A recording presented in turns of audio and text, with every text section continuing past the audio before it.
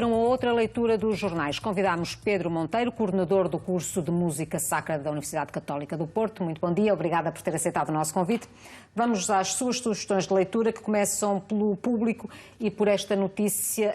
Na verdade, é um follow-up deste caso de denúncias de abusos nos estágios, que levam o Instituto de Emprego e Formação Profissional a avançar com uma auditoria interna. O que é que o surpreendeu ou o que é que o motivou para este tema? Muito bom dia. Bem, na realidade, não é assim uma grande surpresa, porque, de facto, estas situações de alegadas irregularidades na atribuição das verbas pelo IEFP e depois às bolsas que acabam por não ser recebidas em parte ou por inteiro pelos estagiários, já é recorrente de alguma forma. Aquilo que eu julgo que constitui novidade é, de facto, a intenção da abertura de uma investigação interna, tal como foi veiculado pelo próprio Presidente do Instituto. E o que só acontece depois disto ter vindo a público, isto é, já havia queixas, já havia informações, como diz, há até essa sensibilidade, mas só agora é que o Instituto decidiu avançar com uma auditoria. Exatamente. Apesar de algumas denúncias tímidas e dos problemas que surgem internamente nas empresas, muitas vezes entre os próprios estagiários, entre o estagiário e a entidade patronal. E, além disso, os problemas a que isto conleva, não só ao problema do emprego em si, que tem sido tão atual nos últimos anos, mas depois às suas consequências, nomeadamente neste emprego com alguma especialização, alguma formação, que levam ao fenómeno da imigração e à tão veiculada também imigração especializada, digamos, dos nossos setores mais bem preparados. Mais qualificados, nomeadamente nas áreas da saúde, e faz-nos refletir como é que estes jovens se veem obrigados a pactuar até com um ilícito fiscal para conseguirem os estágios necessários ao exercício da profissão. Portanto, exatamente, é revelador das dificuldades que enfrentam nesta altura, né, os jovens portugueses para conseguirem o primeiro emprego. A sua segunda sugestão é um tema que nos interpela a todos, que tem a ver com as presidenciais norte-americanas e este fenómeno chamado Donald Trump, que ainda esta noite no Iowa voltou a apresentar o cardápio de intenções se for eleito presidente dos Estados Unidos. Sim, bem, de facto, nós somos confrontados quase que diariamente com o fenómeno das eleições americanas.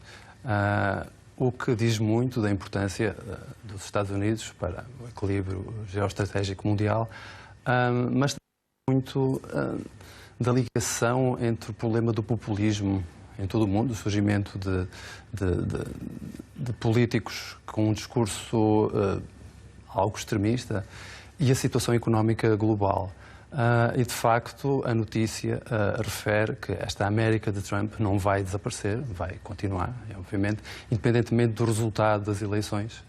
Na realidade, surge algo que é bastante confuso ou atípico. Por um lado, um candidato que alega falar verdade, e é a convicção americana, aliás, através dos estudos de opinião feitos regularmente, que os americanos, em geral, acreditam no discurso de Trump. Por outro lado, revelando uma certa ignorância em relação a todas as implicações que esse discurso tem só na América, mas também em todo o mundo. E, por outro lado, não acreditam tanto no discurso de Hillary Clinton.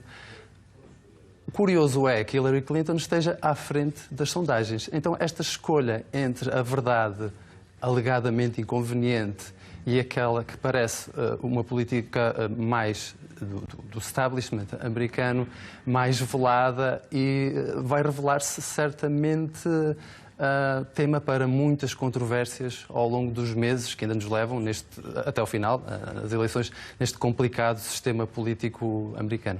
É, de facto, um trabalho importante para politólogos e para sociólogos também, nos próximos meses, seguramente. E depois há um tema que é comum a todos os jornais hoje, que tem a ver com o primeiro clássico da temporada. O Pedro toma partido?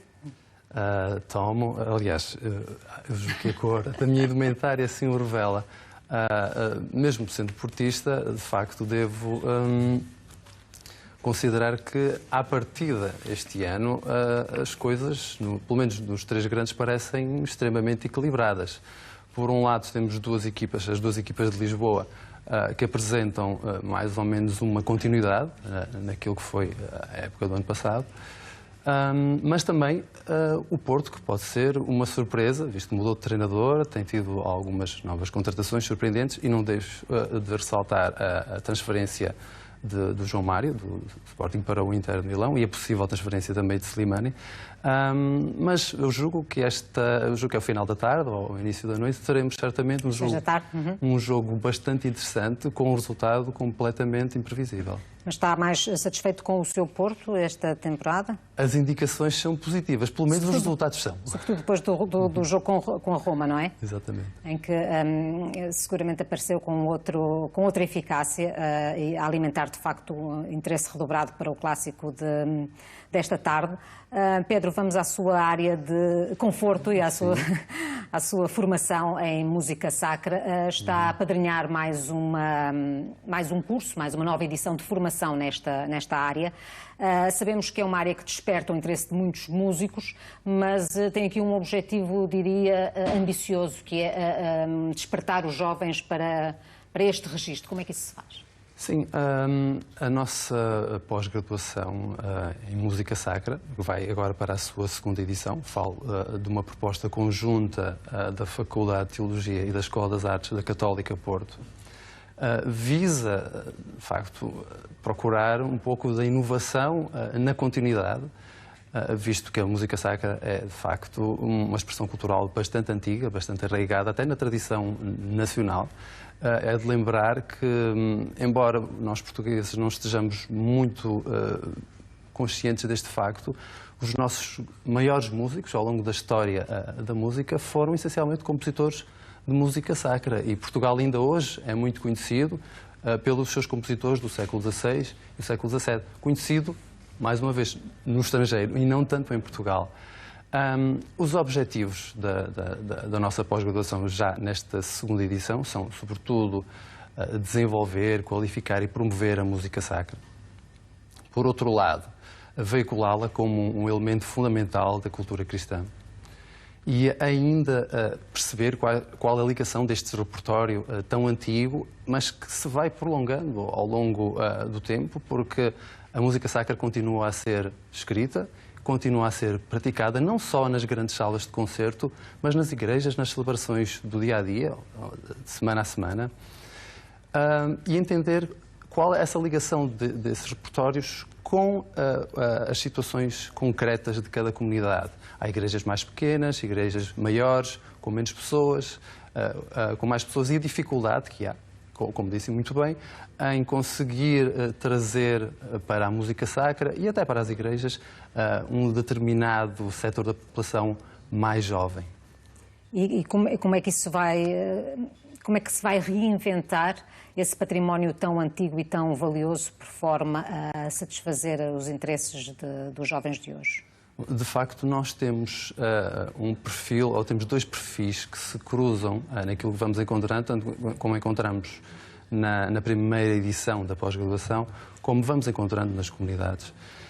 Em primeiro lugar, temos os músicos bem preparados, e Portugal é um país que continua a ter uma tradição de grandes músicos, que fazem música não sacra e fazem música sacra, mas sem conhecimento daquilo que é o seu caráter técnico ou as outras competências que se cruzam e que são específicas à música sacra, como a teologia, a liturgia, o canto gregoriano, o órgão litúrgico, etc. E, por outro lado, temos também nas comunidades, muitas vezes, aqueles amadores que trabalham nas horas livres, no pouco tempo que têm disponível, com algum déficit de qualificação técnica. O nosso objetivo, sobretudo nesta segunda edição, é conseguir fazer cruzar estes dois perfis, exemplificando, mostrando, obtendo também o feedback, verificando nas comunidades qual o grau de implementação e percebendo que não só conta executar bem, tocar, dirigir, cantar, como é mais importante, talvez ainda, entender qual é a adequação destas formas mediante os meios que a Igreja dispõe. E, de facto... E é esse o trabalho que o Pedro tenta Exatamente, desenvolver. exatamente. Pedro, muito rapidamente, só para fecharmos, o Pedro é um apaixonado pelo desporto, em particular pelo surf. Sim. Isto é importante no perfil de um músico ter estas valências e ter estas fontes para escoar a energia ou não? Os desportos radicais são muitas vezes associados ao fenómeno da adrenalina. E eu devo-lhe dizer que dirigir um coro, uma orquestra, preparar um concerto de órgão ou tocar numa celebração produzem tanta ou mais adrenalina do que surfar uma grande onda. Por outro lado, há esta ideia de que o surf produz esta sensação de comunhão com o mar, com a natureza. Por outro lado, fazer música em comunidade